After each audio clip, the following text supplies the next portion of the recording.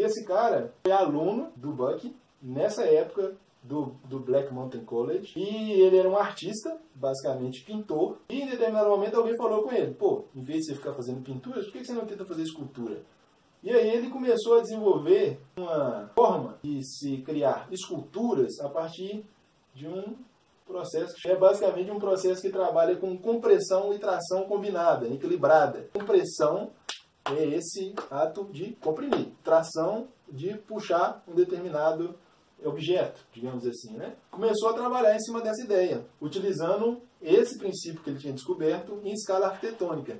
E, inclusive, deu um nome para isso: tensegridade, tensão integral. Nesse meio tempo, um relato até do próprio Nelson, que fala que o Buckminster não deu crédito para ele. É como se o Buckminster tivesse visto aquilo, tivesse entendido aquilo, visto aquilo numa escala muito maior, mas nunca deu o devido crédito para o Nelson. Então, esse cara tem um papel fundamental no desenvolvimento das cúpulas geodésicas e do pensamento do próprio Buckminster, só que pouca gente dá o crédito devido a ele. O Buckminster conseguiu pegar isso e associá-lo às cúpulas geodésicas. Inclusive, essa primeira só teve sucesso a partir do momento em que ele aplicou esse princípio na geodésica. Por isso que ele conseguiu estruturá-la.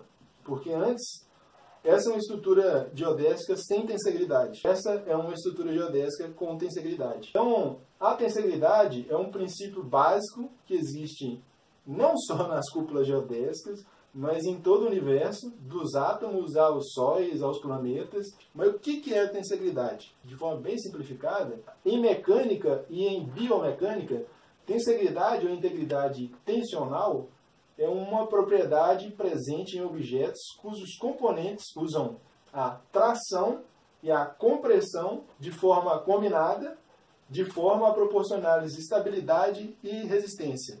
É basicamente isso, é tração e compressão combinada. Esse princípio básico é o princípio fundamental para entender as geodésicas e o pensamento do próprio Fuller. Basicamente aqui, numa estrutura geodésica, existe a compressão, que seria aqui apertar essa barra uma contra essas duas extremidades aqui, ó.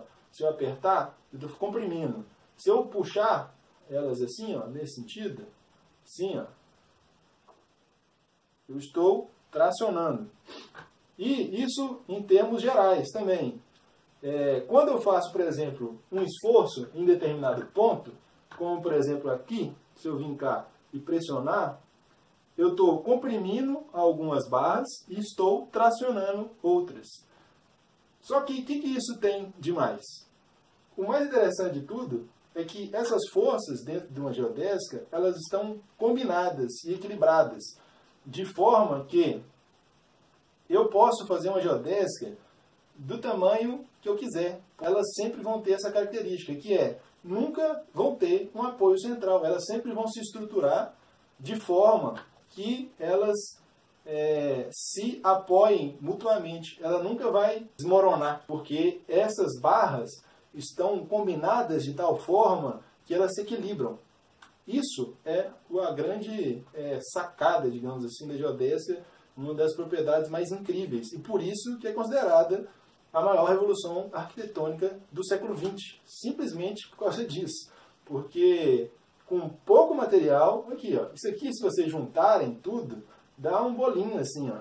Com pouco material, você consegue criar muito volume e consegue criar uma estrutura altamente resistente. Apesar disso aqui parecer um pouco frágil, é um negócio muito resistente.